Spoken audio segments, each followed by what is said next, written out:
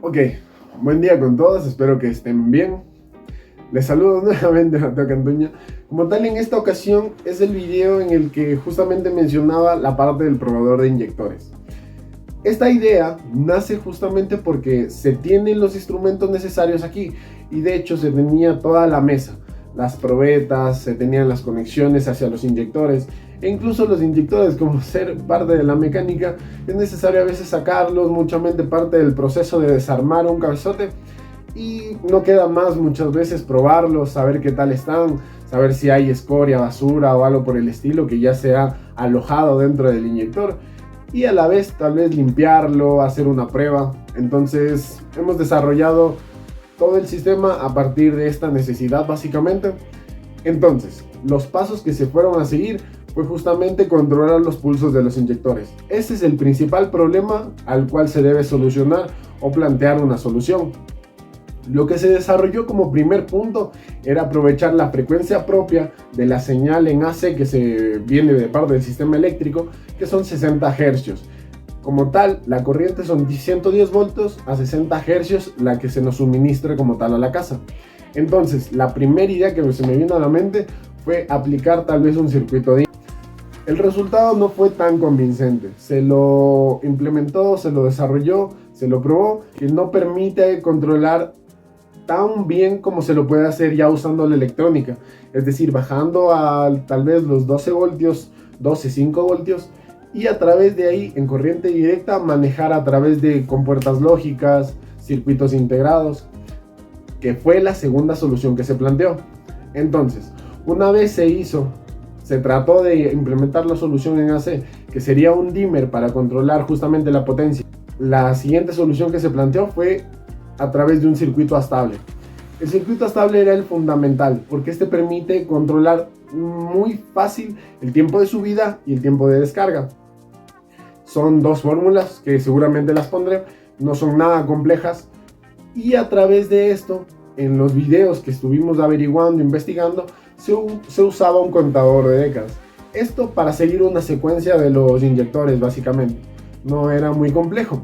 Ahora, una vez implementamos todo el circuito nos dimos cuenta que en verdad el contador de décadas no nos daba una solución factible, sino que incluso aumentaba el uso de la corriente, no era necesario en verdad. Entonces se lo sustrajo, no se lo implementó y se dejó solo con el circuito estable. El circuito estable nos da todo básicamente, porque el tiempo de subida ya no a través del control del potenciómetro, entonces ya nos suministraba la señal correcta. Tomábamos la salida, la mandábamos a un transistor y el transistor ya se encargaba de controlar la corriente suficiente para manejar el inyector. No se tuvo que implementar nada más. En realidad, en el circuito estable, la salida y a través de los transistores ya teníamos todo resuelto y esa fue la idea sobre la cual se trabajó. Ese fue el punto de inflexión en el cual ya se desarrolló todo y se dio solución al problema. Ya se tiene la bomba justamente, la bomba de combustible, un filtro para justamente evitar que pasen mallas o algún tipo de basura. Y aparte las conexiones, las probetas, los cables, que igual se utilizó el UTP. No es nada que tal vez no se pueda tener, nada que no se pueda conseguir. Y tal vez lo más complejo que serían las conexiones de los inyectores. Ese como tal es un positivo y negativo si se quiere llamarlo así, porque en realidad no tienen ni polaridad, puedes conectarlo en cualquier sentido. Este es como tal, venden en lugares que sean dedicados de electrónica automotriz, como pueden ser lugares que se dediquen a crear bocines, o de igual forma esos conectores electrónicos. Y como proyecto, tal vez implementarlo para tal vez generar más ingresos, es de muy buena ayuda. Espero que les sea de utilidad y lo puedan aprovechar. A continuación el video.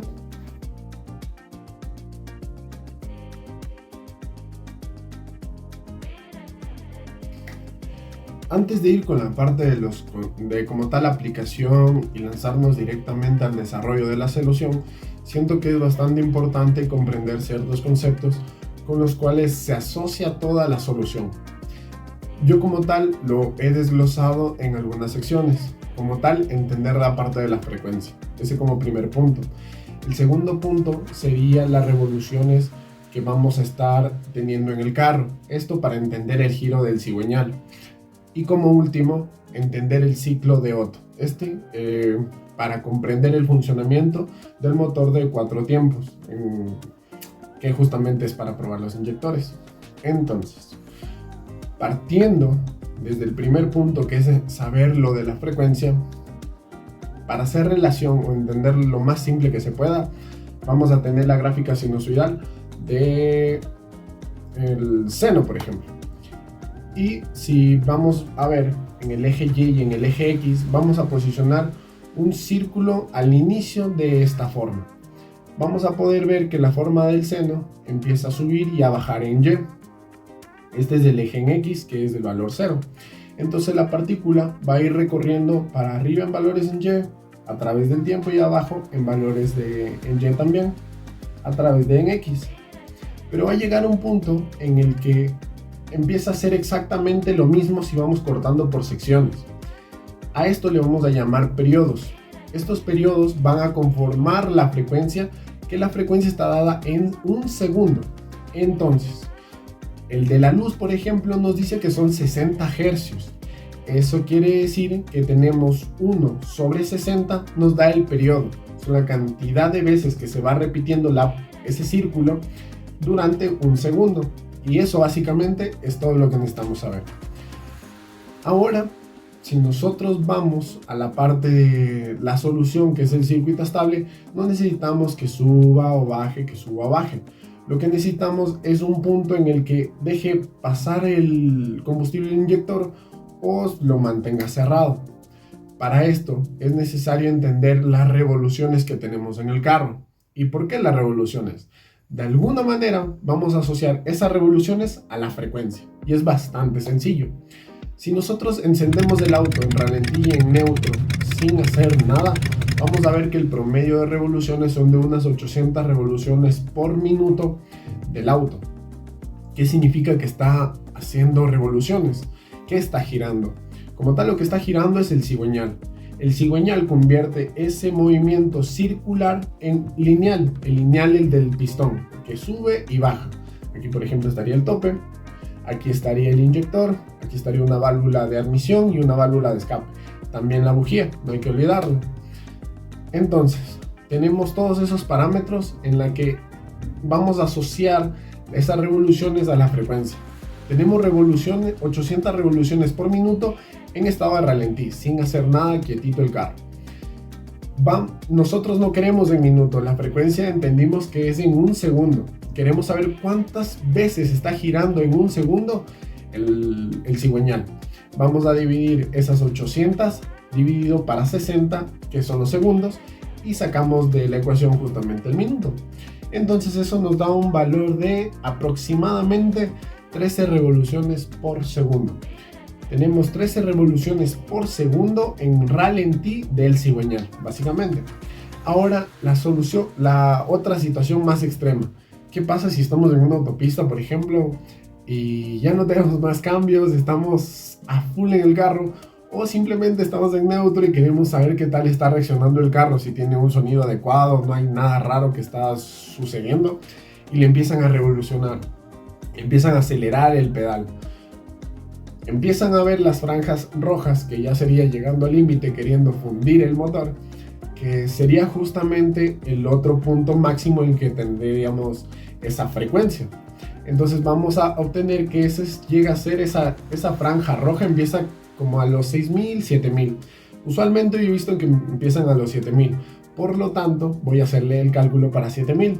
Entonces 7000 revoluciones dividiendo para 60, que es justamente los segundos, vamos a tener que la cantidad de revoluciones del cigüeñal por segundo son aproximadamente 116 revoluciones, 116 giros que está dando el cigüeñal. Ahora viene la parte fundamental. ¿Cómo esto es mi frecuencia? ¿Cómo por qué? Si es necesario entender qué es el ciclo de Otto, que es justamente el motor de 4 tiempos, y qué significa eso de los 4 tiempos. Ahora, para desglosarlo de una manera sencilla, por ejemplo, tenemos la parte donde se encuentran todos los componentes aquí. Tenemos la bujía, tenemos el inyector, que es clave lo que nosotros buscamos. Tenemos la válvula de admisión y la válvula de escape.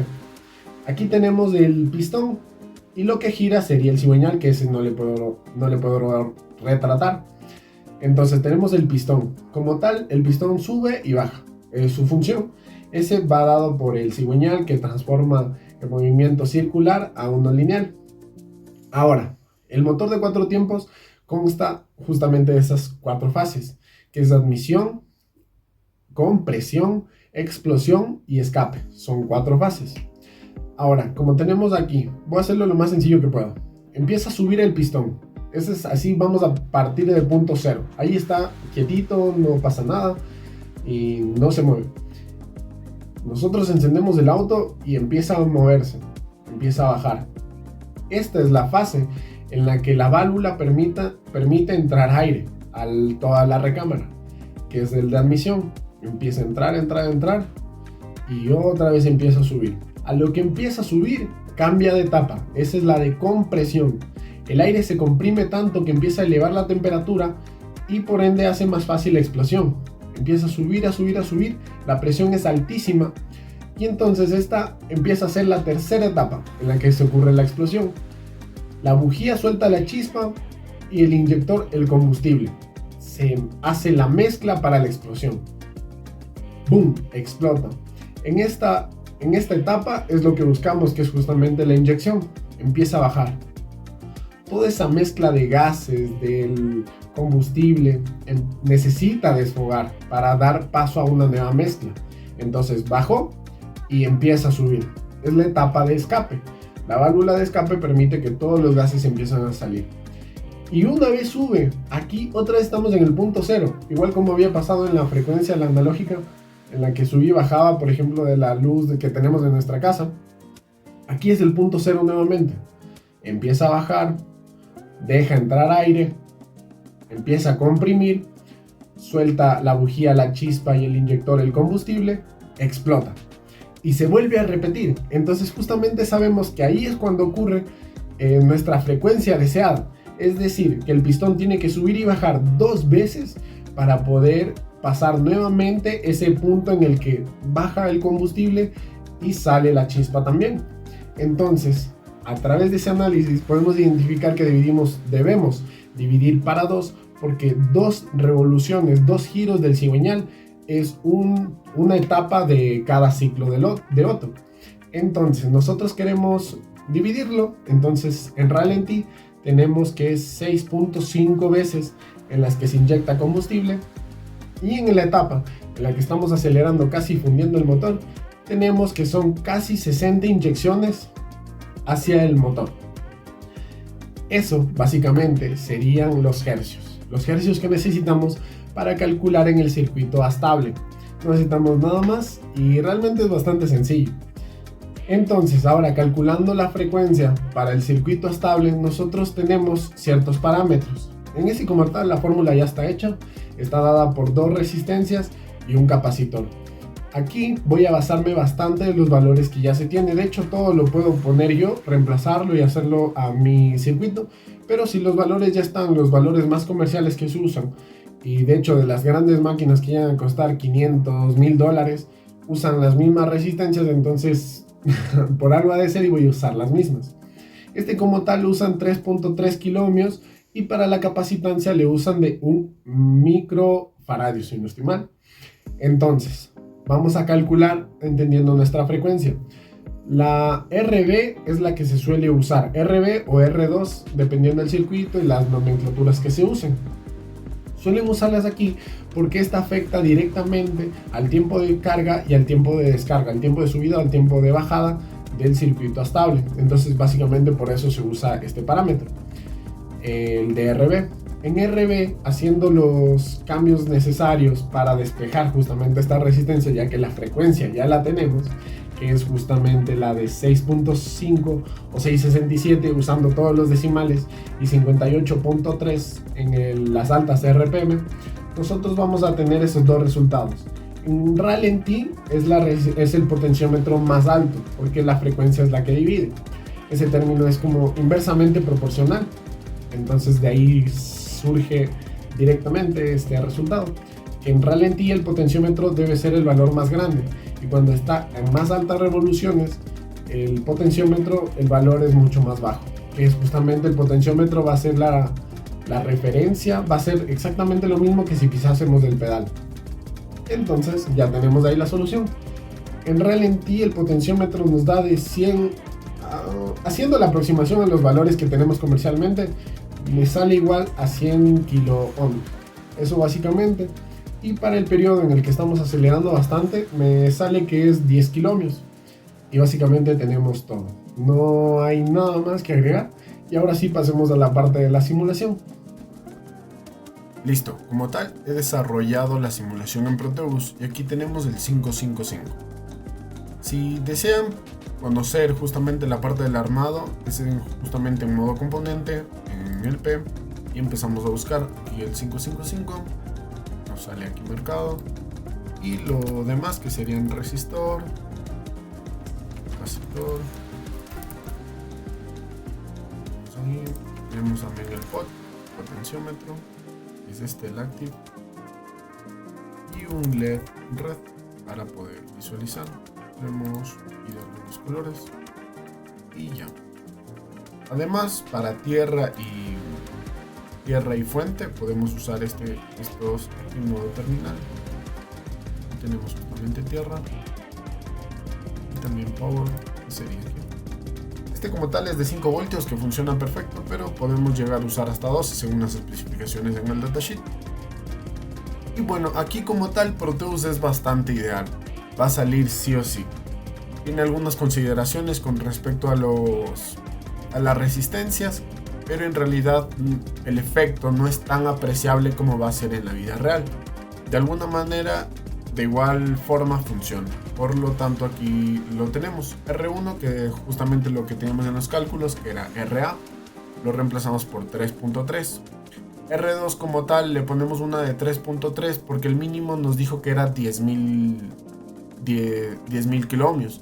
Como tal le ponemos 3.3 porque pueden llegar a suceder que algunos inyectores funcionen a 8.000 revoluciones hasta 9.000 revoluciones.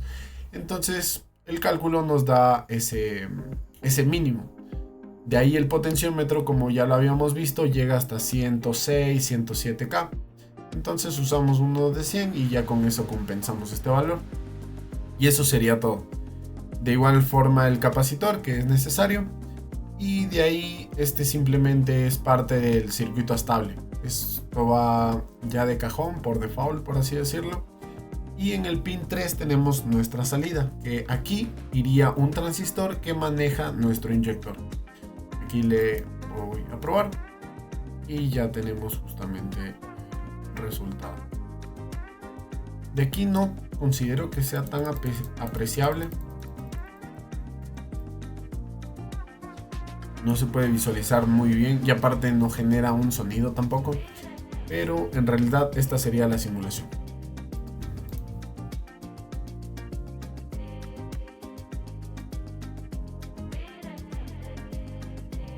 Listo, aquí tengo los materiales. Son todos los componentes que estaban en el video del pulsador. Entonces es justamente eso. Tengo la protoboard, tengo aquí los componentes para realizar el pulsador de inyectores. Es justamente manejar la parte de la electrónica para hacer abrir y cerrar la compuerta del inyector. Voy a tratar de armarlo lo mejor que pueda. Vi que no es suficiente con una. Voy a tratar de armarle una y ver el resultado justamente, a ver qué tal. Aquí ya logré implementar la parte del 555. Tengo la del contador de décadas. Aquí ya serían las salidas de los transistores. Y ya estaría. La verdad, listo. Aquí ya le tendré armado todo. En realidad no ocupo mucho, justamente haciendo los cables así chiquitos y tratando de reducir el mayor espacio posible. Le tengo de esta manera. Solo sería de poner la tierra. Ya. Entonces aquí podemos ver el más bajito que tiene. Entonces la idea sería empezar a moverle. Ya es mucho más veloz. Llega un punto en el que ya se quedan prendidos casi.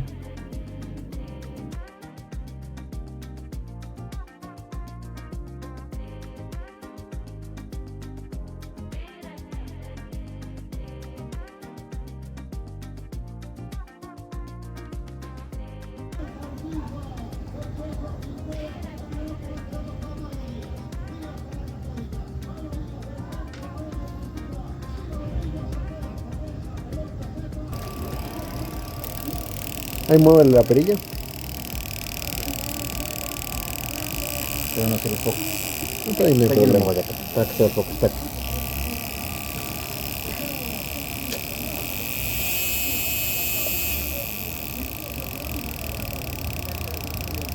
Preciso.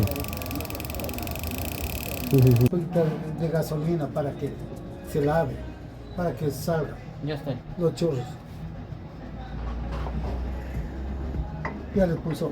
Aquí es que poder el funcionamiento. Este es de bomba, este es de. Ya.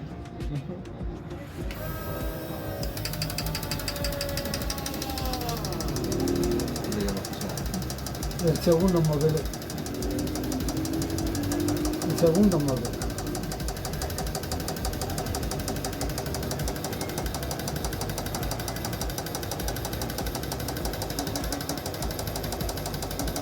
Eso ahí. Pero quítale. Ahí está bien. Para que le haga esto. Ali, puta.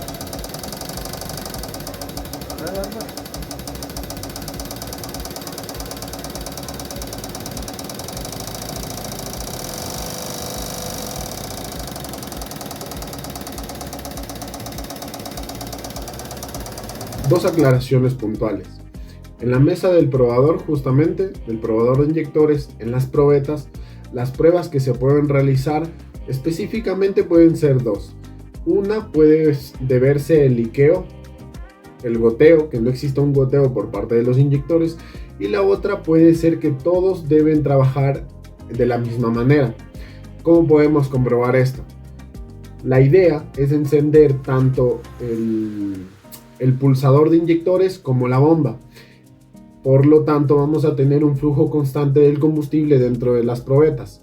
Al nosotros apagar el pulsador o la bomba, lo ideal sería apagar ambas a la vez, tanto para que la bomba no se esfuerce mucho y que el pulsador de inyectores se apague, no mande ninguna señal, es decir, cerrar totalmente el inyector. Esto debe darnos la medida exacta en las cuatro probetas. En mi caso, en el caso que estén desarrollando ustedes, debe darle la medida exacta en los 4. De ahí podemos averiguar cuál es el que está fallando, cuál es el que está trabajando menos, cuál puede tener suciedad, y de alguna manera detectar un tipo de error justamente basándonos en esos parámetros. La otra prueba podría ser justamente el liqueo que puede tener un inyector, el goteo que puede desarrollar, justamente porque se pudo haber dañado o ya no está cerrando bien, de alguna manera tiene algo mecánico por dentro que no está funcionando y no está sellando totalmente. Entonces la idea sería encender la bomba y que la presión que hay en la manguera que también caiga en la entrada del inyector, pero que el inyector, al estar cerrado, está apagado, no deje gotear ninguna sola gota. Esas son dos pruebas puntuales que se podrían realizar. Ok, y como despedida no es más que eso. Espero haber sido de ayuda en todo el proceso. Si de igual forma tienen alguna duda o algo que no les quedó muy claro, de igual me lo pueden comentar y con gusto se los aclararé. Eso sería todo por esta ocasión. Hasta luego.